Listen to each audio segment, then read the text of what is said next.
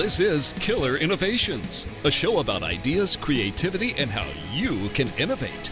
Welcome to the Innovator's Garage, where you learn to create your next game-changing killer innovation.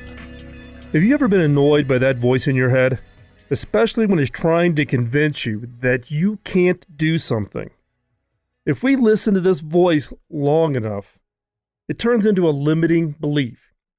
Now, limiting beliefs are those which constrain us. It's self-imposed rules. And just by believing them, we do not think, do, or say things that these limiting beliefs inhibit. Now, we all have them. We all have limiting beliefs. In some cases, we had them instilled in us when we were little, like, you can't do that, you're not very good at that, don't do this, don't even try. And in some cases, we just self-impose them over time. We've convinced ourselves and we've imposed on ourselves these limits. So in today's show, we're going to talk about the 6 limiting beliefs that are killing your creativity and what you can do about it. So first off, I'm going to go through and list the 6 limiting beliefs, the 6 most common. There's a lot more out there, but I picked these 6 because I'm sure you may not have all 6, but you're going to have one or more of these as part of the struggles that we all have personally. So I'm going to list through and talk through these 6 limiting beliefs. And then at the end, I'm going to give you 4 methods, 4 tricks, 4 little steps to get around this, to discover the limiting beliefs and get around them so they no longer inhibit your ability to innovate, your ability to create. So what's the first limiting belief? The first limiting belief is one that I'm sure we've all run across growing up or even struggle with it today. And that is, I can't be myself or I'll be judged. Right? We're all worried about, not being judged, having somebody criticize us, criticize our dress, criticize the way we speak, criticize the way we think, criticize our ideas. So we put this limiting belief is that I can't be myself. I have to put this facade up. I have to act a certain way or I'll be judged.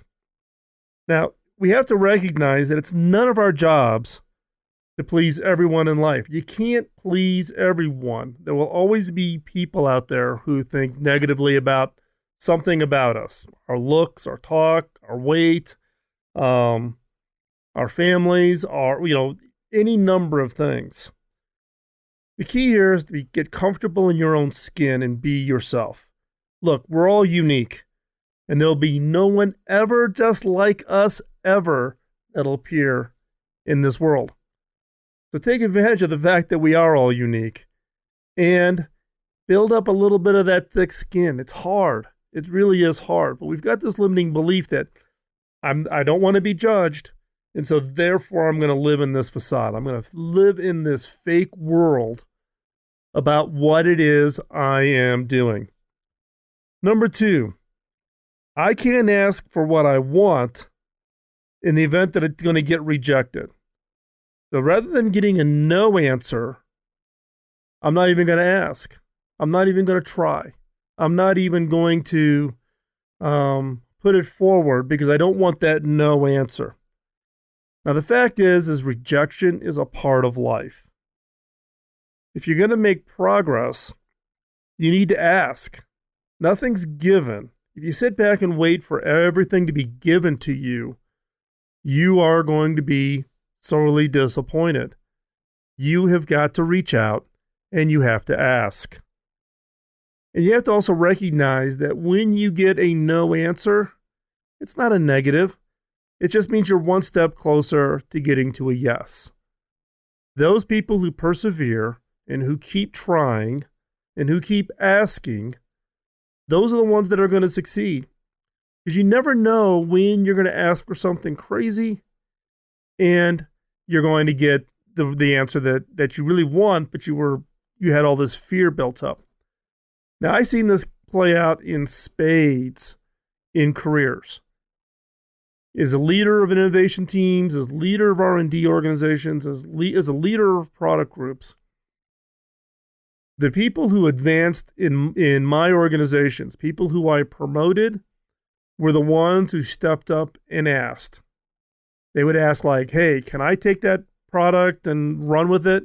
Hey, can I be on this task force? I'll use my extra cycles and commit to doing X. Hey, Phil, I know you can't get anybody to take this task on. I'll take it on. The people who ask are the people who get recognized, are the people who get identified as having passion, energy, willingness to try. Asking doesn't mean, or me saying, yes, I'm going to give you this task because you asked for it, that I'm going to be expecting perfect results. Failure is always a risk, and we all have to get comfortable with failure. But if you don't ask in the false belief that that's the safe mode, then you'll find yourself 10, 15, 20, 30 years later never having moved forward. So you have to ask. You have to get out there and try. And this somewhat ties back to that first limiting belief about being judged, right? Judging is another form of putting yourself out there and you're asking without verbalizing a response. And you're worried about what that response is. Oh, if people saw what I was truly like, then they're going to think negatively of me. And then they're going to think, I'm not going to get that next job or that next project that I really want to work on. So the form of worried about being judged or worried about being rejected are in effect almost very similar. The key though on the rejection one is you have to ask. Don't talk yourself out of. Don't let that negative talk in your ear come back and prevent you from actually stepping out and trying something or asking.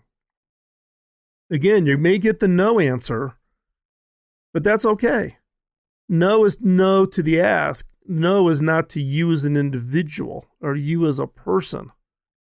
So get out, ask, and you'll be amazed at what you will come back with. The third limiting belief is I can't trust people because they will betray my trust. I'm going to come in. I'm going to come in with the attitude that I'm not going to trust anybody until they prove to me that they can be trusted. Then I'll trust them. And I'm amazed that people have this limiting belief, but a lot of people do. And it tends to fall from the fact that there's something happened to them in their past. They got burned. Somebody did something. Someone destroyed the trust and didn't follow through. Did something to lose the trust. And so now going forward is I'm not going to trust anybody going forward. And that's just the way it is. You can't live in today's world. You cannot live in the innovation game with this negative perception of trust. In fact, to be successful in the innovation game, you have to go and be on the other extreme side of this. You have to go out there and trust everybody until they don't earn the trust. And then when they violate that trust, it's them that violated it, not everybody else who has earned and retained your trust over time. But don't get into the situation where you trusted somebody, they burned you, and now all of a sudden you trust nobody. You're going to be successful in the innovation game, in the creativity game, in the design game. You have to put your trust out there. You have to get out there and let people run with it. And you trust everybody until they do something to violate that trust. If you don't trust, you cannot succeed. Trust is really the basis of teamwork. Do you trust somebody that you're going to give them the project, you're going to give them the work, and everything's going to be fine, and they're going to deliver? Are you going to build up trust amongst your teams such that everybody focuses on their work and not looking over the shoulder of everybody else? Just because you don't trust them, you're going to fall around and micromanage them. Trust is paramount in the innovation game, and you have to trust everybody. You have to get to that point where you're going to go in with trust to everybody on all the activities until they destroy that trust. So again, number one, Can't be myself or I'll be judged. Number 2, I can't ask for what I want because it'll get rejected and I'll get a no. And number 3, I can't trust people because they will betray my trust. So that's the first 3 of the 6 limiting beliefs that are killing your creativity. So stay right there. We'll be right back after this quick break and give you the rest of the limiting beliefs. You're listening to Killer Innovations on the BizTalk Radio Network.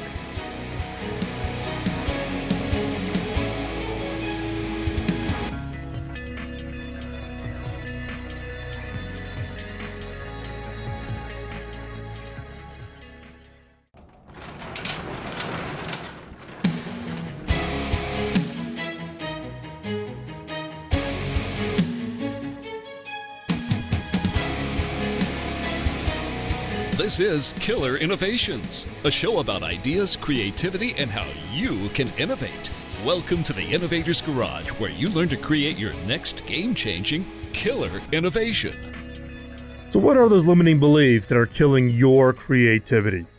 Number 4 is one that I particularly have struggles with, and I have a number of people reach out to me that struggle with the same one, which is I can't pursue my dreams because I might fail. So this limiting belief that I try to pursue my dream and I'm not going to even try because I might fail. Well, here's part of the struggle with this, right? This is what we refer to as perfectionist syndrome. I'm not going to start because I can't do it perfectly. And if I can't do it perfectly, then anything less than perfection is failure. And so I have this fear of failure. So therefore, why even try? Now, I know you most likely have that. Most everybody out there has this. We talk ourselves out of doing things. That's that little voice in our head that if we listen to it long enough, will convince us not to pursue our dreams because, ooh, you might fail, you might stumble, you might look stupid. You actually might lose some money. You might actually do something that impacts your career. There's lots of different ways that we can talk ourselves out of this. And we do it every day. Now, this all wraps around this concept of fear. Fear is one of those things that in our human minds, we can take a little nugget and turn it into this absolutely disaster, right? I'm going to try something. I might lose my job. If I lose my job, I don't have any income. I don't have any income. I can't pay the mortgage. Can't pay the mortgage. We're now on the street. We're homeless. And we can roll this all out into the most catastrophic kind of outcome. But what does fear really stand for? Fear, F-E-A-R. Fear stands for false evidence that appears real. False evidence. We're pulling on a little thread and we're wrapping around all kinds of signals and issues and possibilities around that one little thread, so that false evidence. And then our human mind goes in hyperdrive, our creativity kicks in, and we come up with all kinds of possible scenarios on how this could go bad. And therefore, if it could go bad, it most likely is going to go bad, so therefore I'm not going to try. So this whole concept of limiting beliefs around I'm not going to pursue my dreams because if I do, I might fail. Look, we all fail, right? I've lost jobs. In fact, it's been quite funny. I was talking with somebody recently, and I got asked this question about, how many times have I gotten fired from a job, right? It's been exactly twice. And they were just basically, it was not an issue of I couldn't do the job or the company or the boss was a schmuck or something. It was more along the lines of it just wasn't a fit. I was working in a role in a company that didn't match my passion, my interest, and my skill set, and it just wasn't a fit. But now that I look back on, quote, those failures, I thank God every day for those. Because one is I learned through that process to the point now in hiring activities, I want to make sure that every person coming onto the team is a fit. And a fit doesn't mean resume, skills, college degrees. Fit means, are they going to fit into the team? Is this an area they're passionate about? Are they a cultural fit to the organization? Do they have certain core attributes that are absolutely cornerstones for your organization? So even if you fail, so even if you try to pursue your dream and you fail, the failure is not a negative. Failure is a learning process. I would not go back and not have those failures in my life if I did it over again. I would have the exact same failures. Because those failures and the lessons I learned from those, that's what makes me the person I am today. So failure is not a negative. No matter what we think about it, there's downsides. And there was downsides at those times. One of those times, my wife had to go back to work to make some money, and I stayed home with the kids for 3 months. I was doing a little bit of consulting work. Was taking a little bit of a breather. We had 3 little kids. My wife said, hey, why don't we just do this for 6 months? You take care of the kids, and I'll go work. She's a nurse. She can get a job just pretty much anywhere, right? Here's the lesson learned on that one. I got a much better appreciation for how hard it is to be an at-home parent. And I only did it for 3 months. Originally, we were going to do it for 6 months. I lasted 3 months. And I was totally out of my element of trying to run a household and raising 3 little kids. But I wouldn't trade that for the world. So what turned out to be a failure, a negative, an economic hardship, turned into an immense positive because it opened up a series of opportunities that led to where I ended up today. And I wouldn't trade that in the world. So again, number 4, I can't pursue my dreams because I might fail. Don't let fear hold you back. It's easy to talk yourself out of doing something, but if you've got that dream, pursue it. Now don't risk the farm, but get out there and try it. Figure out a way to where you can kind of ease yourself into it. If you're really fearful, do something small in the area and then do something a little bigger in the area. Do something a little bigger in the area. In your dreams, when it's your dream, your passion, the only person holding you back is you. It's you telling yourself you can't do it.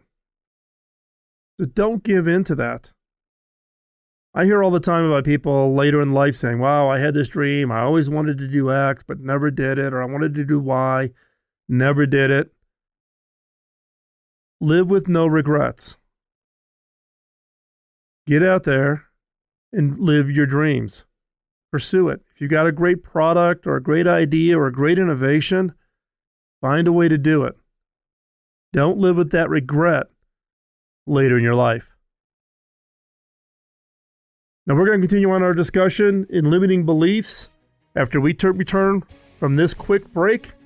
You're listening to Killer Innovations on the BizTalk Radio Network.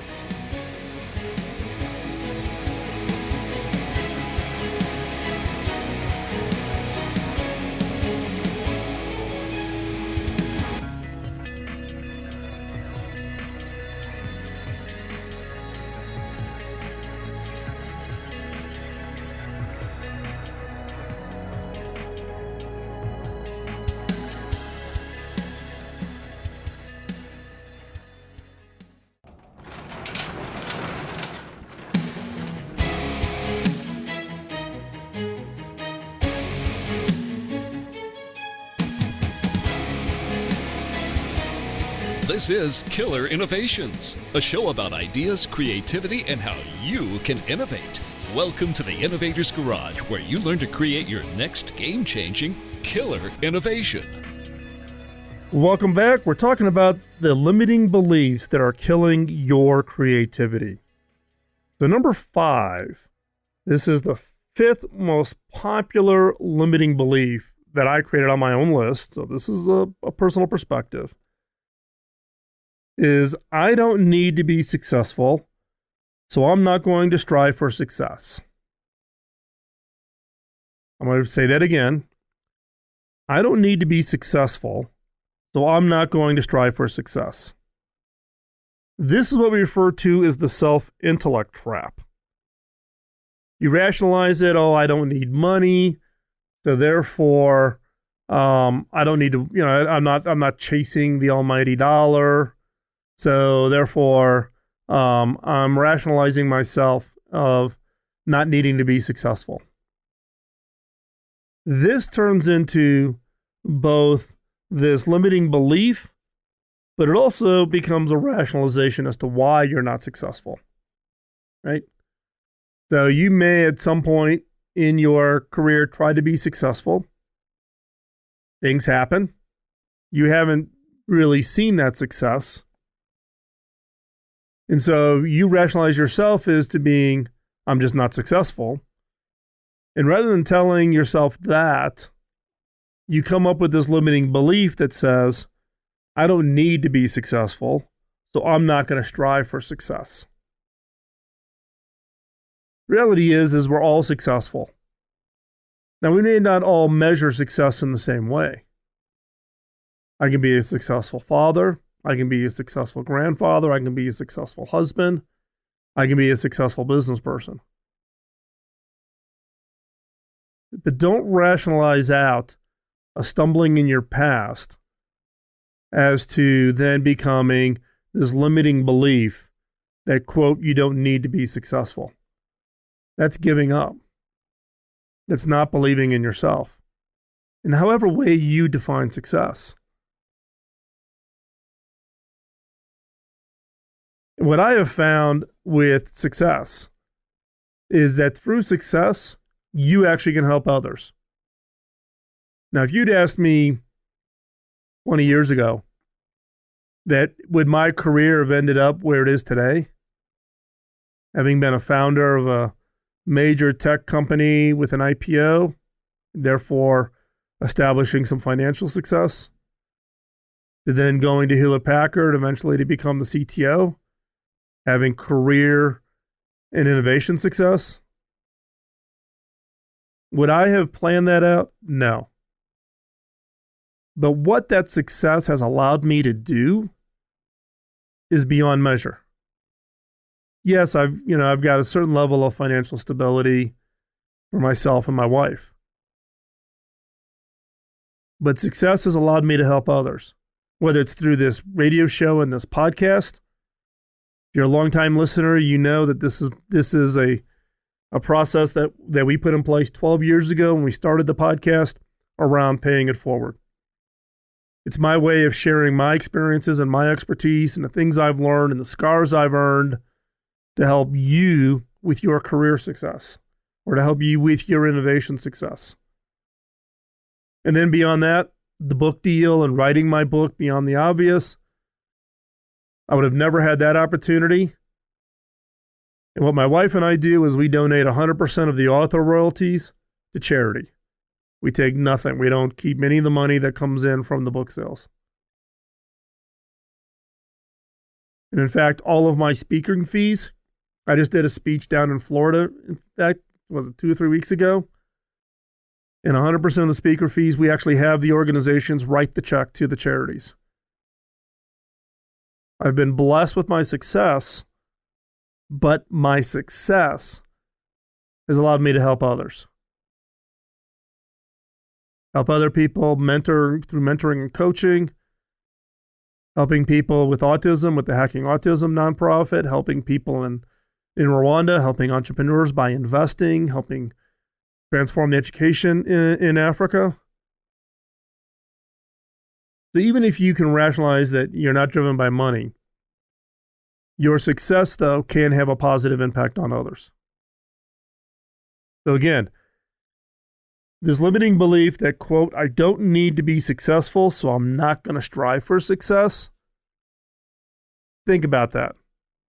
Are you rationalizing the fact that you haven't experienced what you thought success would be in your career, and therefore you're using this as a rationalization as to why you're not successful?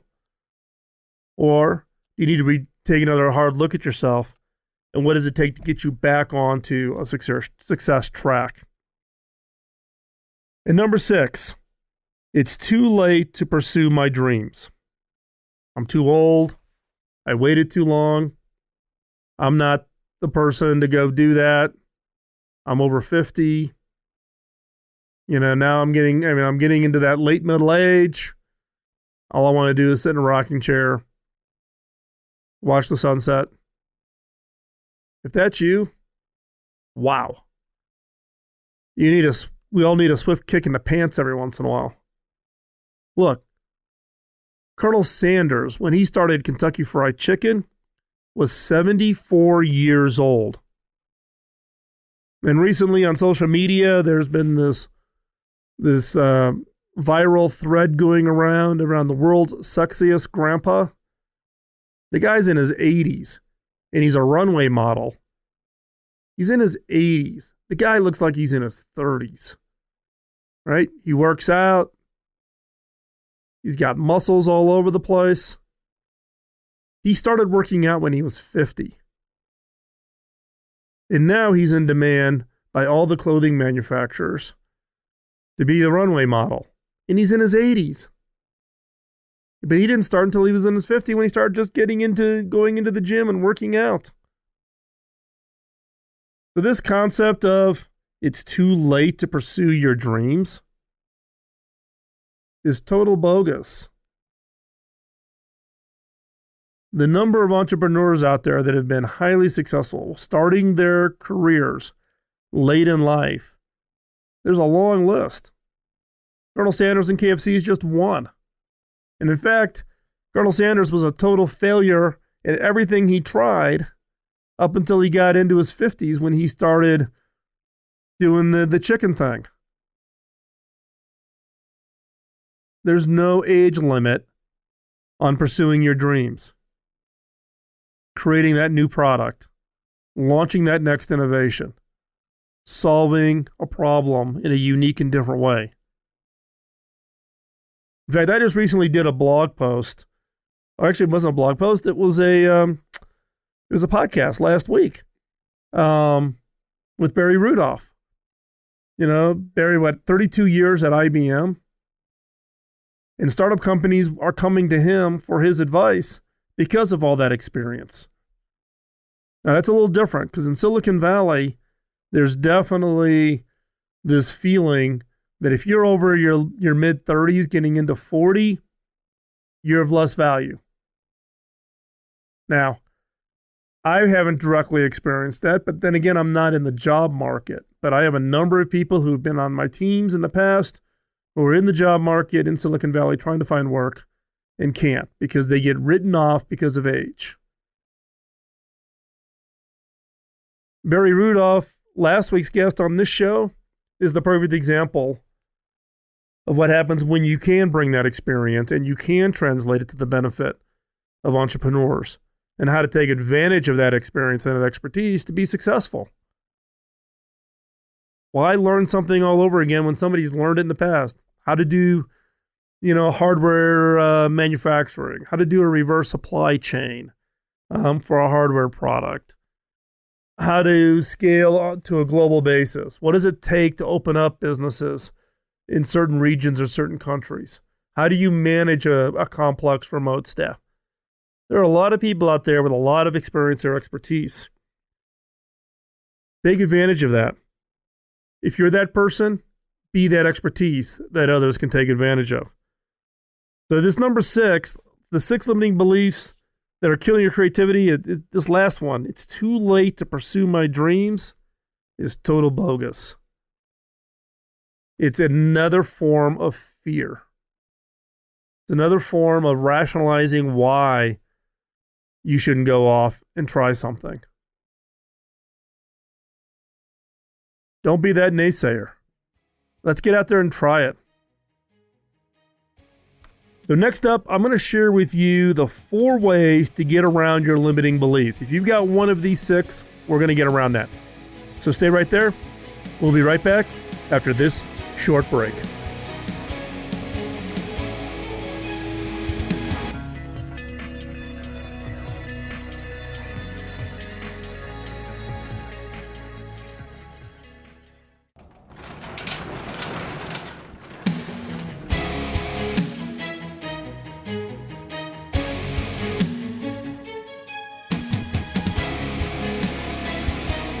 This is Killer Innovations, a show about ideas, creativity, and how you can innovate. Welcome to the Innovator's Garage, where you learn to create your next game-changing killer innovation. I'm almost positive that one of the 6 limiting beliefs that we talked about earlier in the show, you found one or more than one that applies to you. So the question is not to sit here and leave you frustrated. So what do you do about it? Well, here are 4 ways to get around your limiting beliefs. And look, we all have them. I've got mine. I still struggle with them. There's no magic. We listen to that internal voice squeaking in our head telling us, no, don't do that. Don't try that. That could fail. You're not very good at that. You don't know how to do that. So now you got a limiting belief. How do you get around it? So step 1, start by writing down your limiting belief. Could be, I'm too old. I don't want to be judged. I don't want to be rejected. I don't want to trust anybody. Whatever it is, write it down. The process of writing it makes it real. Not in your head where that inside voice is kind of squawking at you saying, oh, no, that's not a limiting belief. That's a law. But let's face it, limiting beliefs are not fact. In fact, that's number 2. Acknowledge that these are limitations, are limiting beliefs, and not truths. We've talked ourselves into believing them, but they're not truths. So number 1, start by writing it down. Number 2, acknowledging that these limiting beliefs, they're limiting. They're not truths. Number 3, get over the fear and try a different belief. So if you were, had a limiting belief in some area, what would happen if you asked yourself if the opposite were true? So let's say the limiting belief was number 4. I can't pursue my dreams because I might fail. And what happens if you said, hey, I'm going to try it anyways? What happens if I try and it's a success? What's the opposite of failure? It's success. So I'm going to try it because it could be successful. Go after that. Get over the fear by looking at that limiting belief and trying a different belief. Try one that has a positive, that's supportive, not limiting, controlling, or restricting your abilities. And the most important step, number 4, is to act on that different belief. Do something. If your belief is, I'm too old, I can't pursue my dreams because I'm too old, push that aside and go after your dream. If you're worried about being yourself because you don't want to be judged, be yourself.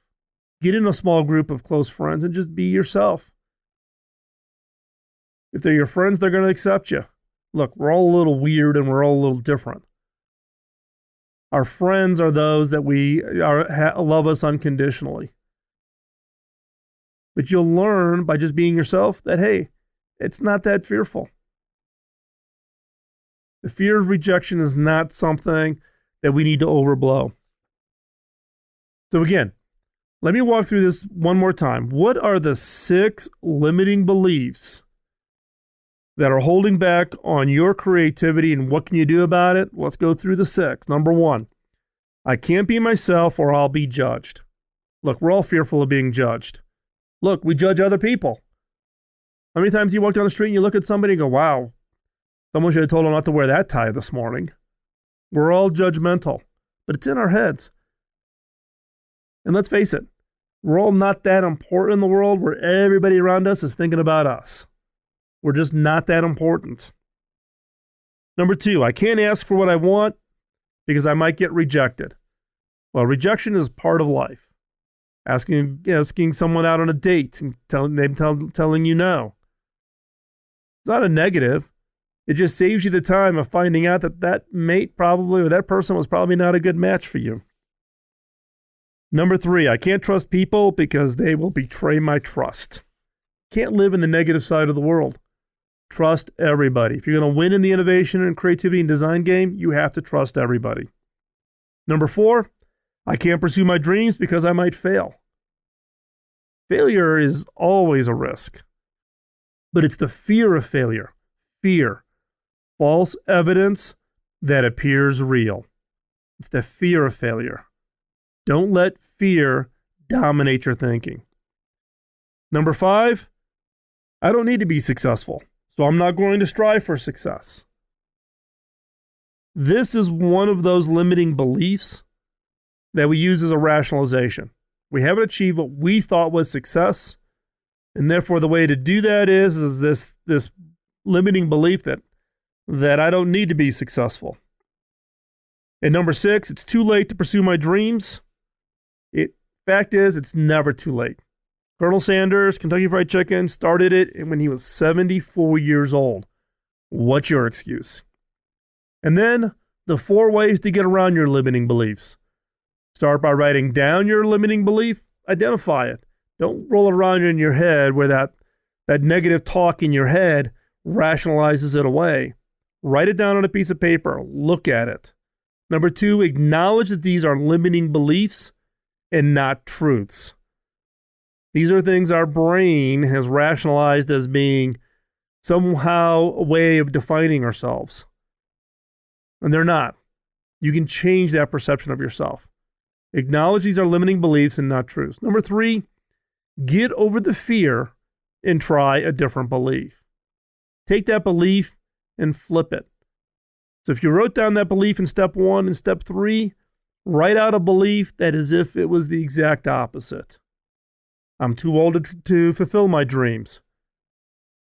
If your belief was you're never too old to try to live your dreams, that becomes a new belief.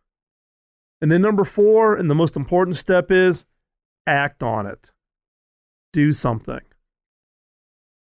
Get out there and try it. Prove to yourself that you can be successful. And with that, we're going to wrap up today's show. You can get all the show notes over at killerinnovations.com. If you have a question you would like answered on the show, drop me a note at phil@killerinnovations.com. That email comes directly to me. It is not filtered.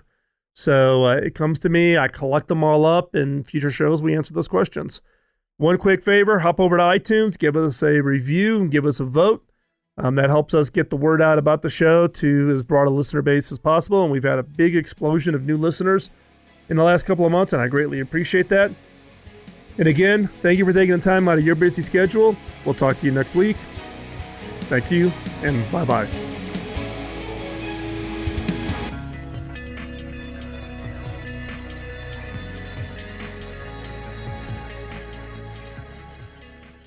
Autism. 1 out of every 68 children in America are impacted across every race, ethnicity, and socioeconomic group.